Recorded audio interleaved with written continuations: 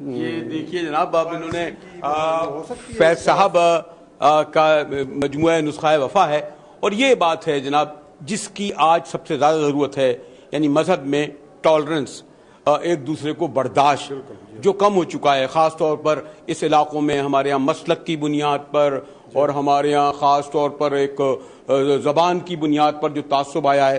اور یہ خوشی کی بات ہے کہ فیض صاحب، اور دیکھیں فیض صاحب نے بھی تو دعا پڑھی تھی، اپنے طرز کی دعا پڑھی تھی، آئیے ہاتھ اٹھائیں ہم بھی، ہم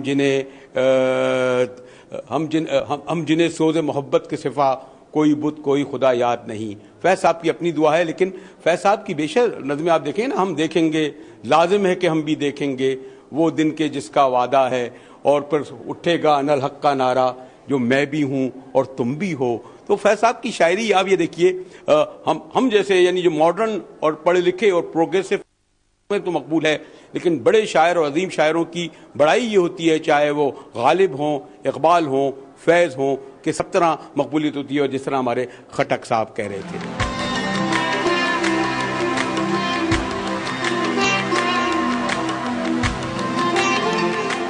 کسی بھی گھر میں جائیں یا ادارے میں، دو تین چیزیں ایسے ہوتی ہیں جس سے یہ لگتا ہے کہ واقعی وہ ادارہ اور گھر سلیقہ مند لوگ چلا رہے ہیں، مہذب لوگ چلا رہے ہیں. اور ایک تو صفائی، جس کو نصف ایمان تو کہتے ہی ہیں. آپ نے ایک تو یہاں دیکھا بیڈ روم، ابھی بچے نہیں آئے، ہو سکتا ہے یہ تکیے وکیے تھوڑے سے ویزا ہو جائیں، لیکن مجموعی طور پر یہ خوبصورت. دوسرے ٹوائلٹ، غسل خانہ بھی جو ہے وہ ایک بہت بڑا جو ہے ریفلیکٹ کرتا ہے کسی ادارے کو دیکھنے میں. اور اس کے ساتھ کچن، اور پھر یہاں پر آ کے آپ دیکھیں گے کینٹین. یہاں سے ایک نظر جناب کینٹین کی جھلک دیکھ لیجئے. ماشاءاللہ جیسے میں نے کہا تھا، کسی کا ٹوائلٹ، کسی کا کچن اور بیڈ روم ہی دیکھ کر احساس ہوتا ہے کہ وہ ادارہ کس طرح رکھا گیا ہے. میں نے کہا نا، ڈرائنگ روم تو ہر جگہ اچھا ہوتا ہے لوگوں کو دکھانے کے لیے، ان جگہوں سے پتہ چلتا ہے کہ ان اداروں کو کس طرح رکھا گیا. ابھی بچے آپ نے دیکھا ہوگا کہ پڑھ رہے ہیں، اس لیے یہاں کینٹین میں ابھی وہ رش نہیں، ورنہ کھانے کے ساتھ آپ بچوں کے شور بھی سنتے. اور لیجیے یہ ڈاکٹر حفیظ صاحب کو یہاں میں دیکھ رہا ہوں. السلام علیکم ڈاکٹر صاحب، کیسے ہیں آپ؟ اللہ کا شکر، آپ خیریت سے ہیں؟ ٹھیک ہے. ٹھیک ہے. یہ اچھا ہے کہ میں نے آپ کے غیاب میں، یعنی آپ کی غیر موجودگی میں یہ دیکھا. یہ جو ایک آغوش کا ادارہ ہے، اس کو چلانے میں جہاں اور بہت ہی ہمارے محترم معزز شخصیات اپنا کردار کر رہی ہیں، ڈاکٹر صاحب اپنے پروفیشن سے تو وابستہ ہیں، لیکن ان اداروں کو بھی ایک طویل عرصے سے دیکھ رہے ہیں. ہمارے خٹک صاحب اور حبیب صاحب، اور ان سے کچھ واقفیت ہوئی. اور سب سے بڑھ کر تو میں یہ چیز کہتا ہوں کہ کیمرے کی آنکھ ایک ایسی چیز ہوتی ہے، وہ سب کچھ دکھا دیتی ہے. اور اس کی رمضان کا مہینہ ہے، میں نے دیکھا کہ اس کی خوبصورتی، اس کی چھت، اس کی بیڈ، جہاں پر بچے رہتے ہیں، جہاں کھاتے ہیں، جہاں پڑھ رہے ہیں، تو چلانا مشکل ہوتا ہوگا. نہیں جی، عزم ہو تو کوئی مشکل نہیں ہے. اور پھر ظاہر ہے کہ جب یقین ہو کہ یہ ایک ایسا کام ہے کہ جس پہ اللہ تعالیٰ کی طرف سے اجر ہے، اور پھر مسلمان ہونے کے ناطے ہمیں یہ بھی یقین ہے کہ اگر ہم اپنے بھائیوں تک یہ بات پہنچائیں کہ یہ تامہ یہاں پہ رکھے جا رہے ہیں، تو وہ ماشاءاللہ جس انداز سے ہمارے تعاون کرتے ہیں، تو میں نے کبھی نہیں سمجھا کہ کبھی مشکل پیش آئے گی.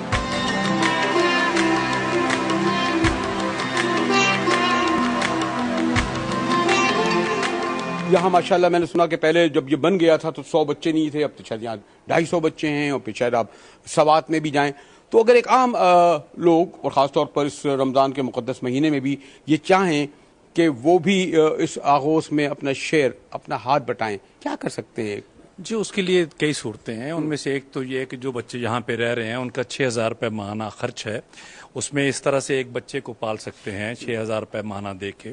پھر ہم آغوش اٹک کے سے فائدہ اٹھاتے ہوئے، اس سے انکریج ہوتے ہوئے مری میں بنا رہے ہیں. میں نے بتایا کہ 51 کروڑ روپے کی مالیت کا پروجیکٹ ہے، اس کی کنسٹرکشن شروع ہو گئی ہے، اس میں اپنا حصہ ڈال سکتے ہیں. پھر ہم بھی خود سوچ رہے تھے کہ اس طرح کے جتنے بھی ہم آغوش بنا لیں گے، جو کہ ہم ہب میں بھی بنا رہے ہیں، بدین میں بھی، اور مٹھی میں بھی، کراچی، لاہور، ان جگہوں میں بھی انشاءاللہ ہمارے شروع ہو رہے ہیں، لیکن یہ پھر بھی چند ہزار سے زائد تعداد نہیں ہو سکتی. تو اس لیے ہم نے طے کیا ہے کہ ہم ایک اور سسٹم شروع کریں گے کہ بچے جہاں رہ رہے ہیں گھروں میں، ان تک امداد پہنچائی جائے. وہ اسکول نہیں جا رہے تو ان کو اسکول پہنچایا جائے, ان کی یونیفارم, ان کی کتابیں, ساری چیزیں ان تک دی جائیں, ان کے کھانے میں تعاون کیا جائے, ان کی گرومنگ تعاون کیا جائے. ایک پورا اسٹرکچرڈ نظام بنایا ہے, اس میں ہمارا 2500 روپے فی بچہ فی ماہ خرچ آئے گا. تو اس سال کا ہم نے ٹارگٹ رکھا ہے کہ 10,000 بچوں کے لیے اسپانسر تلاش کریں گے. 10,000 بچوں کے لیے اگر 2,500 روپے ہوا تو 30,000 روپے ماہانہ سالانہ فی بچے کے حساب سے یہ 30 کروڑ روپے بنتے ہیں ایک سال کے لیے. 30 کروڑ؟ جی ہاں, 30 کروڑ سالانہ ہم نے یہ جمع کرنے ہیں 10,000 بچوں کے لیے. اور ان بچوں کے لیے ہم نے ایک ڈیٹا بیس پورا بنایا ہے, ہم نے وہ سارا ڈیٹا اکٹھا کیا ہے, اس وقت ویب پہ موجود ہے. یہاں کے علاقے کے لیے تو کسی کے لیے مشکل ہی نہیں ہے. اپنے الیکشن میں 5-7 کروڑ روپے خرچ کر دیتے ہیں, اپنے بچوں کی شادی میں 4-5-6 کروڑ روپے خرچ کر دیتے ہیں. اور ماشاءاللہ میں نے دیکھا ہے اٹک اور اس کے اطراف کے ہمارے جو خان ماشاءاللہ ان کی اور دولت ثروت میں اضافہ کرے تو ان کے لیے کیا مشکل ہے. اگر ماشاءاللہ میرا خیال میں تو اگر ایک اپنا بچے کو جس طرح پالتے پوچھتے ہیں اس میں تو 10-20-25 اصل میں دیکھیے جی, اگر کوئی اسٹرکچرڈ پروگرام, ایک ٹرانسپیرنٹ اکاؤنٹیبل پروگرام, ایسا واضح اعتماد والا پروگرام قوم کو دیا جائے تو میں سمجھتا ہوں کہ کوئی مسئلہ ہی نہیں ہے. جب ہم نے یہ آغوش اٹک چلا کے دکھایا اور وہاں پہ مری والا بنا رہے ہیں, لوگوں کے سامنے اعتماد ڈیولپ ہوا ہے. اب دیکھیے میں صرف گجر خان میں ہم گئے تو وہاں پہ جب ہم نے لوگوں کے سامنے یہ پروجیکٹ رکھا, ایک صاحب نے کہا میں 20 بچوں کی پرورش کروں گا, دوسرے نے کہا میں 50 کی کروں گا گجر خان کے, تیسرے نے کہا نہیں جناب گجر خان کے سارے بچوں کی جتنے بھی یتیم ہوں گے میں کروں گا. پاکستان میں بڑا ہے یہ, ٹھیک ہے, کوئی ایشو نہیں. ابھی بھیا جیسی یعنی دور دراز کا اور غریب علاقہ, وہاں سے میں کل رات ہی آیا ہوں واپس, وہاں پہ ایک نشست میں 60 بچوں کی کفالت کا وہاں نظام ہو. سرگودا میں 136 کا. ابھی رمضان کے ابتدائی 2-3 دن ہے اور ابھی آغاز ہے صرف, اور ہمیں پوری توقع ہے کہ رمضان کے آخر تک ہم 10,000 بچوں کی کفالت لے لیں. 10,000 بچوں. اچھا کوئی اسٹیمیٹ وغیرہ ہمارے کوئی ڈیٹا ویٹا ہوتا ہے کہ کس طرح؟ اس وقت جو ہمارے یو این کے ڈیٹا اس کو ایکسٹراپولیٹ کر کے یہاں پہ کرتے ہیں, اس میں 42 لاکھ بچے جو ہیں یتیم ہیں 15 سال سے کم عمر کے, اور ہماری اپنی اسیسمنٹ ہے کہ اس میں سے نصف وہ ہیں جو لاوارث اور بے سہارا ہیں. اب اس کے آگے کیا کہوں, 6,000 روپے مہینہ کوئی زیادہ تو نہیں ہوتا, سال کے 72,000 روپے یہاں رہنے والوں جو گھروں میں وہ تو 2,500 یعنی 30,000 روپے کوئی زیادہ نہیں ہوتے. آپ بھی اس مہینے میں کیا, یہ بھی ہم لوگ کچھ خاص کہتے ہیں کہ رمضان میں زیادہ باقاعدگی نماز پڑھتے ہیں, زیادہ پرہیزگار ہوتے ہیں, زیادہ کم لڑتے جھگڑتے ہیں, پرہیز کرتے ہیں. اگر یہ سارے 12 ماہی اس طرح ہم کرنے لگیں تو آپ یہ دیکھیں نا کہ ہمارا ارد گرد کا ماحول, ہمارا معاشرہ, شاید ضرورت بھی نہ پڑے سیاسی جماعتوں کی, حکومتوں کی, ریاستوں کی, ان کے اسٹرکچر کی, اگر انفرادی طور پر ہم اس طرح کا رویہ اپنا لیں, اس طرح کی زندگی گزار لیں, اس طرح ہم لوگوں کا ہاتھ بٹھائیں. شکریہ ڈاکٹر صاحب. جزاک اللہ جی, بہت شکریہ.